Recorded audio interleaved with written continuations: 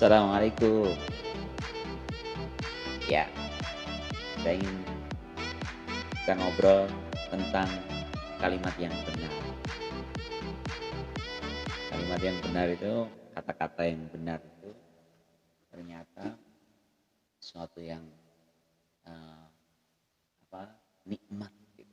Jadi kata-kata yang benar itu adalah kenikmatan untuk otak kita, untuk kepala kita. Eh, Suatu hari saya pernah bermimpi terbangun setelah lewat tengah malam. Di mimpi saya itu saya memang detail mimpinya saya lupa karena biasa lah ya, saya terbangun tengah malam terus saya kembali tidur setelah subuh terus jadinya itu kayak biasanya kalau kita melewati jejak mimpi melewati jejak itu suka detail mimpinya hilang.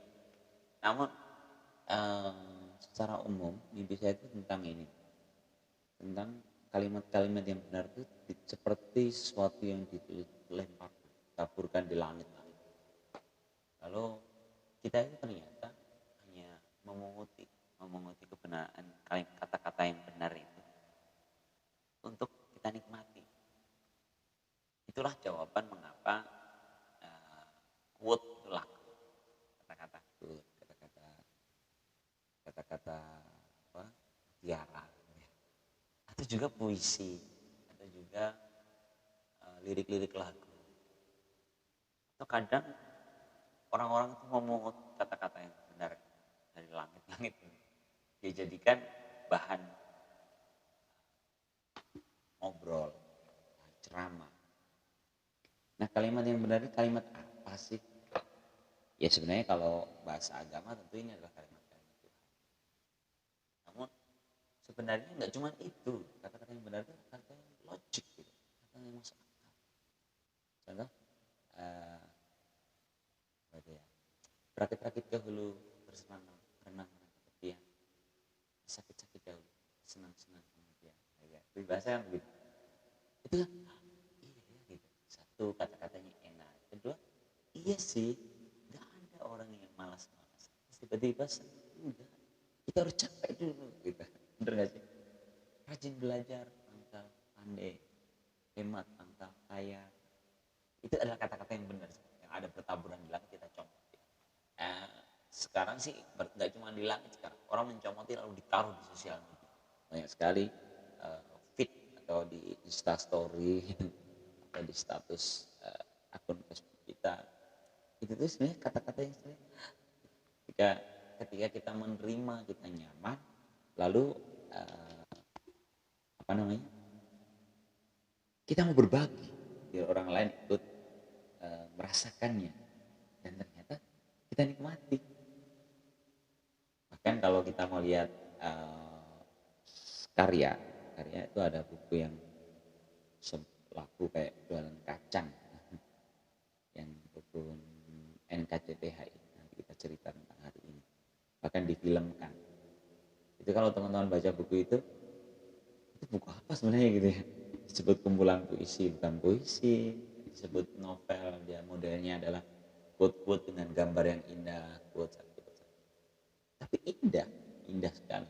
Bahkan kalau saya membaca NKCTHI juga kelanjutannya, yaitu kita terlalu banyak bercanda. Jadi nanti kita cerita tentang hari ini dan kelanjutannya kita terlalu banyak bercanda. Saya menikmati buku itu dengan cara yang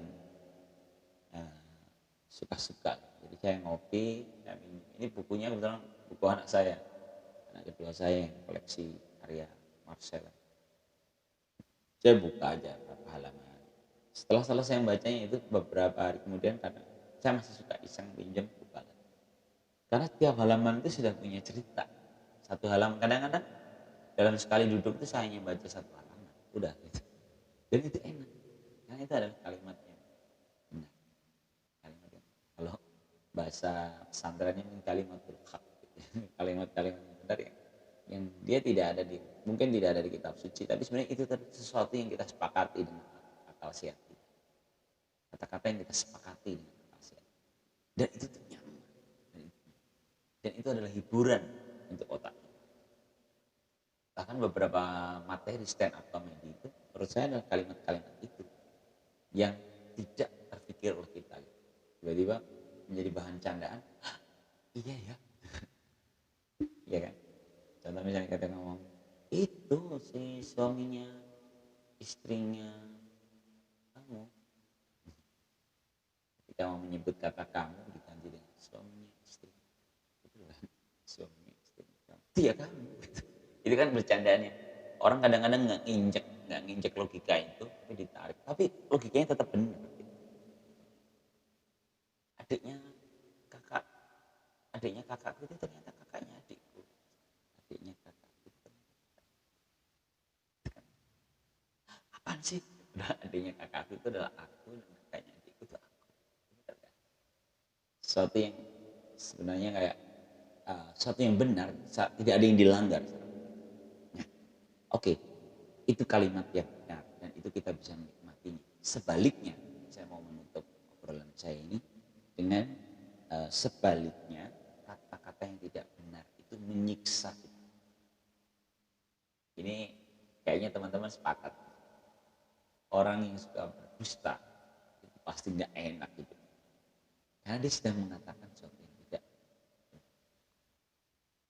Atau kalimat yang jahat. Itu nyiksa. Kalimat yang jahat itu contohnya ucapan-ucapan kebencian, makian. Itu nggak enak. Dan nggak enaknya ini bukan hanya untuk yang mendengar, tapi begitu juga yang mengatakan. Nah, saya pernah mendapatkan satu kalimat dari teman saya suatu hari ketika dia mencermati satu konflik di satu komunitas gitu. Teman saya itu menulisnya begini, ada dua kubu, happy dan unhappy, yang saling berseteru.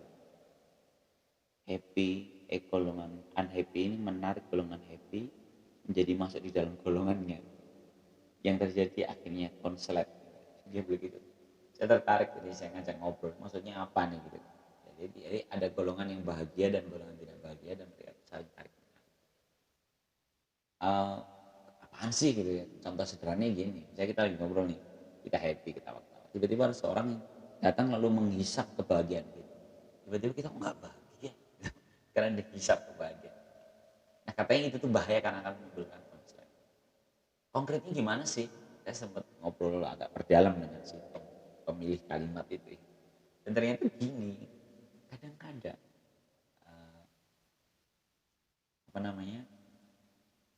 kita ini sebenarnya melempar sinyal, mau dalam bentuk kata-kata apapun tidak. Sinyal itu berupa bisa kebaikan, bisa tidak. Ya, tadi kayak kalimatul haq dari sesuatu yang benar itu sesuatu yang menarik buat lawan yang kita bicara. Kita juga nyaman keluarkan kata-kata yang benar, nggak ada yang disembunyikan, kata-kata yang nyaman. Buat yang ngatain adalah kata-kata yang enak buat yang ngomong, buat yang mendengar itu adalah kata-kata yang enak. Jadi itu sebaliknya kata-kata yang buruk atau mungkin bukan kata-kata, sinyal buruk berupa apa? Iri, dengki. Ya tadi golongan unhappy yang menarik orang yang happy itu kan sebenarnya dengki. Penyakit yang tidak menyukai seorang bahagia. Kan penyakit hati. Sebenarnya nggak kelihatan, tapi ternyata sinyal itu dipancarkan. Nanti ketika dia memancarkan sinyal negatif itu, kalau kata teman-teman saya itu katanya akan terjadi konslet. Konslet karena sinyalnya adalah sinyal negatif.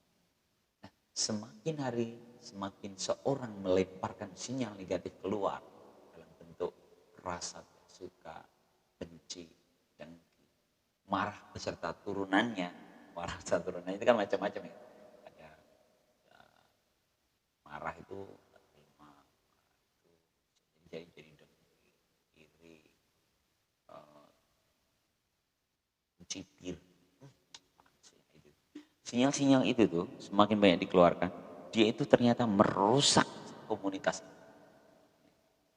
baik yang mendengar maupun yang mengatakan. Dan bentuk kerusakannya macam-macam. Bisa jadi dalam bentuk sakit secara fisik. Yang kalau teori tentu ini adalah psikomatis, sakit secara fisik bermula dari kondisi psikologis. Begitu. Jadi sebenarnya mari kita coba cermati apa yang sebenarnya kita konsumsi dan apa yang kita produksi dari mulut kita, dari pikiran kita, kata-kata yang mana, kata-kata yang benar atau kata-kata yang tidak benar, kata-kata yang nyaman kita keluarkan, kata-kata yang nyaman orang mendengarkan, atau sebaliknya, kata-kata yang tidak nyaman kita keluarkan, demikian pula tidak nyaman bagi orang yang mendengar. Semakin kita mencermati kata-kata, pikiran-pikiran yang kita konsumsi dan yang kita produksi itu, insya Allah semakin nyaman hidup kita. Wallahu a'lam bishawab. Salam literasi. Assalamualaikum warahmatullahi wabarakatuh.